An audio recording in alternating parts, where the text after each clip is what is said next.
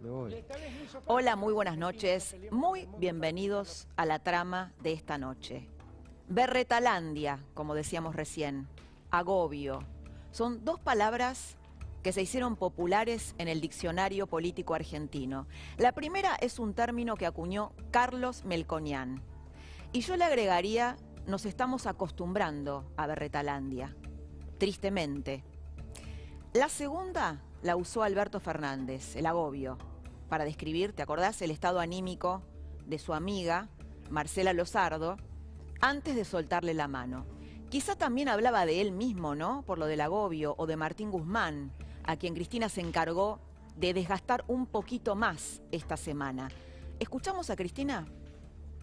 Deberíamos hacer todos un esfuercito, sobre todo aquellos que tienen responsabilidades institucionales, sean del oficialismo o de la oposición. Es más, si fueran de la oposición, que son los que contrajeron todo el endeudamiento y el préstamo del Fondo Monetario Internacional, son los que más deberían colaborar, insistir para que nos den mayor plazo y mucha menor tasa de interés que la que el fondo quiere aplicarle a la reestructuración que otros contrajeron y que todos sabemos, todos y todas, que en los plazos y con las tasas que se pretenden, no solamente es inaceptable, que podría ser una actitud subjetiva. Bueno, no acepto, no es un problema de subjetividades, es un problema de que no podemos pagar porque no tenemos la plata para pagarlo. Bueno, como veías, lo limó un poquito más cuando ella misma salió a digitar la botonera de la economía, advirtiendo que la deuda con el fondo que se tomó durante el macrismo es impagable. Palabras más, palabras menos. El ministro, sabés que está ahora mismo en Washington tratando de llegar a un acuerdo con el fondo. Pero mira lo que dijo Eve de Bonafini esta tarde, hablando de Guzmán y de Alberto Fernández. Eve de Bonafini representa lo que dice Cristina, es un outsider. Mirá. Pero también quería hablar de las últimas novedades, muy tristes, desgraciadamente. El señor presidente y el ministro Guzmán, que nos estuvieron engañando todo el tiempo, que iban a hacer acá y allá, y que era bueno, y que no sé qué. Ayer el presidente y el ministro hicieron ya un acuerdo con el fondo. El presidente dijo que iba a honrar la deuda.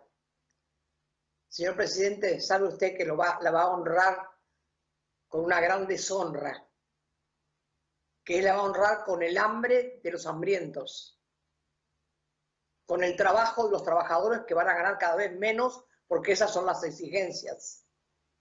¿A qué le llama honra a usted, señor presidente? ¿A ponerse de rodillas con el fondo? No se acostumbre a mentir, señor presidente, porque si no va a tener parecerse mucho a alguien que conocemos ya. Usted prometió otra cosa y el ministro Guzmán también prometió otra cosa. No nos mientan. Bueno, parece que Eve de Bonafini tiene información sobre un acuerdo del fondo que todavía no sucedió. Pero la pregunta es, ¿quién está más agobiado? ¿Alberto Fernández o Guzmán? Jorge Liotti, ¿cómo estás? Buenas noches. Jorge Liotti, yo les cuento, es no solamente uno de los columnistas más informados de la Argentina, sino que además se encarga de recorrer todo el espinel de fuentes y de conversar con los protagonistas directos. Así que lo que te va a contar es lo que recogió de esas fuentes. Jorge, ¿cómo estás? Bienvenido a la trama. Gracias. ¿Quién está más agobiado, Alberto o Guzmán? Mirá, yo creo que es un momento complejo para ambos.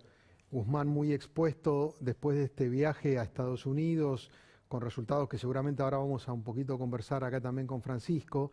Y Alberto también en un momento de muchas condiciones, de muchas limitaciones, con demasiados movimientos internos que lo siguen desgastando, lo exhiben muy expuesto y sobre todo con un protagonismo de la vicepresidenta como el de ayer, que parece querer condicionar una parte muy importante de la política económica, a pesar de que hoy en el mensaje del Fondo Monetario dejaron en claro que es muy difícil cambiar los plazos o las condiciones. Lo que está planteando de Bonafini para el Fondo Monetario no tiene ninguna cabida, ¿no? Después vamos a hablar del acuerdo con el fondo, nos vamos a meter a fondo, valga la redundancia, en eso.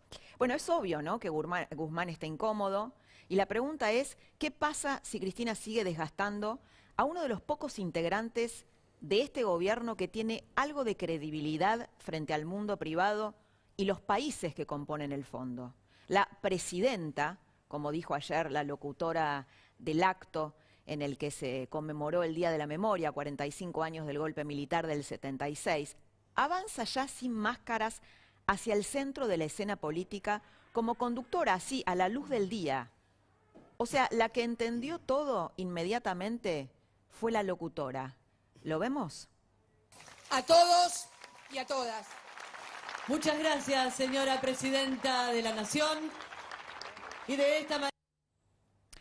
Ayer tiró una propuesta, aprovechando tal vez, creo yo, ¿no?, la situación de emergencia que vive el mundo, tratando de pensar que si puede lograr alguna flexibilidad, ¿no?, que es la de extender los plazos de pago de la deuda de 44.000 millones de dólares a 20 años. Algo que por ahora parece inviable. Es más, hoy el fondo le respondió. Francisco Jueguen, periodista económico de La Nación y un gran articulista. ¿Cómo estás, Francisco? ¿Qué tal, Laura? Buenas noches. Gracias por la invitación. No, un placer que estés acá. Bueno, quería que nos comentes un poquito qué pasó con el fondo y qué puede pasar, ¿no? Hoy hizo una respuesta al fondo, una respuesta de ocasión, ¿no? Una respuesta muy polite, muy diplomática, pero ¿qué se esconde detrás de eso? Bueno, se esconde que todavía no tenemos fecha de cierre, ¿no? Lo que había prometido Martín Guzmán, que era cerrar un acuerdo con el fondo para reprogramar los pagos que tiene que hacer la Argentina, y que iba a ser en mayo, eso es lo que había dicho él públicamente, parece que se va a atrasar, que es un poco lo que están olfateando los bancos y los inversores en Wall Street, ¿no? Que un acuerdo con el Fondo Monetario recién llegaría después de las elecciones legislativas de octubre para evitar un ajuste antes que pudiera poner en riesgo las posibilidades electorales del Frente de Todos. Vos sabés que, y les digo a la mesa y sobre todo a Francisco Jueguen y a Jorge Liotti, hoy charlaba con Andrés Malamud, que les cuento es un politólogo argentino que vive en Portugal, y tiene otra mirada Andrés Malamud. Después lo charlamos un poquito en la mesa. Él lo que dice es totalmente, va en contra de todas las interpretaciones que se hicieron hoy, ¿no? Dice algo así como que Cristina, al ver el vacío de poder o el vaciamiento que ella misma le hizo a Alberto Fernández, se pone ella para proporcionarle un paraguas a Guzmán para hacer su acuerdo con el fondo, proponiendo un acuerdo político, ¿no? Que Cristina se las ve negras, se las ve mal, la bomba puede estallarle en su propio gobierno, está buscando un acuerdo con el fondo, no petardeando al fondo, y como Alberto Fernández no tiene poder, es ella la que sale a contenerlo. Después vamos a hablar de esta tesis. Su hijo, Máximo, el hijo de Cristina Kirchner, está queriendo efectivamente instrumentar esta idea de la madre en un acuerdo con la oposición. ¿Lo piensan para después de las elecciones? O sea, un acuerdo que involucre a algunos opositores, ¿no? Un acuerdo de renegociación de la deuda. Escuchamos a Cristina, mira lo que dice. Fundamentalmente entender que como no seamos capaces desde los partidos políticos, porque son los partidos políticos los que van a elecciones y tienen las responsabilidades institucionales en el Estado, si desde los partidos políticos no somos capaces de articular un acuerdo mínimo frente a cuestiones estructurales, como es el endeudamiento externo y la economía bimonetaria, de la que ya me habrán escuchado o por lo menos leído al respecto, va a ser muy difícil gobernar la Argentina, si no imposible tal vez. Bueno, está reflotando así la idea del acuerdo, ¿no? Un método extraño, ¿no? Porque le pega palos a la oposición y después llama a un acuerdo. Una metodología que ya había ensayado, ¿te acordás? En la famosa carta esta kilométrica que hizo, escrita en Facebook hace unos meses, donde por primera vez ella habló de los funcionarios que no funcionan. Y ahí proponía un acuerdo Cristina Kirchner. Ahí también sugería un acuerdo. Hoy, mira, pasó algo que vale la pena destacar y recortar. Después le vamos a preguntar esto a Maximiliano Guerra, que está hoy en nuestros estudios, vamos a hacer un mano a mano. con Maximiliano Guerra, que ya viene metido en política, tal vez es candidato de Juntos por el Cambio, después le vamos a preguntar esto. Pero lo que sucedió hoy es que le tiró una flor a Rodríguez Larreta, Cristina Kirchner, fue en forma de tuit, lo estás viendo ahí. El tuit dice, más allá de las públicas diferencias políticas, económicas que tenemos, resulta reconfortante que uno de los dos principales dirigentes de la oposición comparta sensibilidades, vivencias y miradas similares sobre la tragedia de la dictadura cívico-militar. Busca meter, Cristina, una cuña entre Macri y Larreta. Hoy hubo otra foto, viste que la política se comunica a través de fotos. Entonces, después del discurso de ayer de Cristina, en donde dice que la deuda es impagable, critica a la oposición, y después de este tuit que viste elogiándolo a Larreta por primera vez, hoy Larreta y Macri se sacaron una foto juntos, que ahí lo estamos viendo. Cristina pareciera pensar en una suerte de acuerdo, no sé si de un pacto de la Moncloa, pero de un acuerdo nacional, no con todos Juntos por el Cambio, no con toda la oposición, sino con potenciales futuros presidenciables. ¿En quién piensa? Piensa en Larreta, piensa en María Eugenia Vidal, piensa en Sergio Massa, para la reprogramación de la deuda en un plazo de 20 años, algo que el fondo no está dispuesto a aceptar en principio. Los argentinos estamos empezando a normalizar cosas aberrantes. La pobreza, la mediocridad, el miedo a salir a la calle, la convivencia con el narco que se volvió a instalar fuerte. Empezamos a naturalizar la falta de vacunas y los privilegios de la casta política, como la apropiación ilegal de las dosis por parte de políticos y de militantes.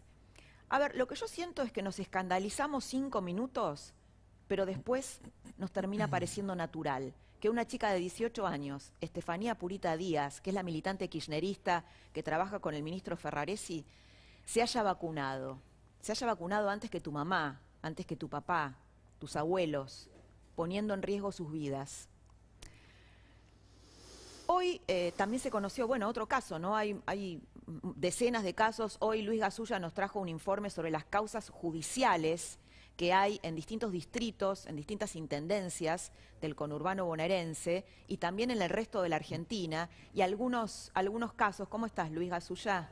Bienvenido. Hola Laura, ¿cómo estás? Buenas noches. Un gusto tenerte acá, Bueno, hoy te decía, después vamos a charlar este material que trajiste que es bien impactante y bien interesante. Hoy se conoció el caso de un intendente cordobés de 52 años que accedió a la vacuna militante, obviamente quitándosela a tantos mayores de 60, 70 y 80, completamente indefensos ante el virus. Luis Gasulla consiguió un audio de Estefanía, el audio es de hoy, de esta chica que se vacunó, la empleada o la becaria de Ferraresi, que dice esto, mira, escucha. No quiero exponerme más ni a mi familia, digamos, esto fue una situación injusta en la cual yo ya la aclaré y listo, digamos. Quiero que se corra del lugar mi persona, tengo una familia, estoy muy abocada a recomponerme de esta situación tan difícil para mí, abocada a seguir estudiando, conectándome con mi formación y abocada a mi familia, a recomponernos todos. ¿Sabes que quiero detenerme en el concepto de injusticia? Viste que ella dice, esto es injusto, ¿no? Ella lo menciona en el audio. Y la verdad es que tengo que decirte que es cierto. Vos decís, ¿cómo es cierto? Yo creo que algo muy malo habremos hecho los adultos de este país para que una generación de jóvenes haya crecido con semejante distorsión ética. Jóvenes a los que no pudimos enseñarles para que puedan discernir que cuando ellos se apropian de una vacuna, están firmando el acta de defunción de otra persona, la que verdaderamente la necesita. Vamos a hacer, viste que antes hablábamos de Berretalandia, bueno, vamos a hacer un tour por Berretalandia, no te aseguro que vaya a ser un tour gratificante, pero sí por lo menos para tomar conciencia. Hoy el INDEC informó que la tasa de desempleo para el último cuatrimestre del año pasado, por supuesto, del 2020, último cuatrimestre, fue del 11%.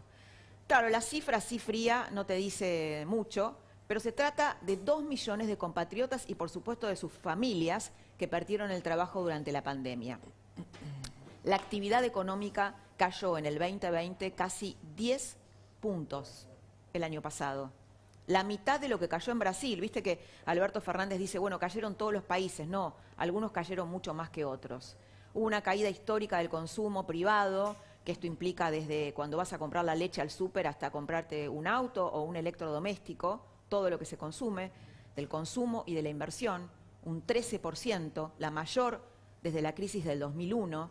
Unas 25.000 empresas dejaron de pagar impuestos hasta noviembre del 2020. No se sabe si desaparecieron o si finalmente estaban tan asfixiadas que no pudieron pagar impuestos. Un capítulo aparte es la inflación, sin duda. Entre octubre de 2020, febrero de 2021, la suba de precios promedio acumulada fue del 20%. 20%. Y nosotros, anestesiados. Parece como si nos hubiéramos conformado con haber sobrevivido a la pandemia durante el 2020, y eso es todo.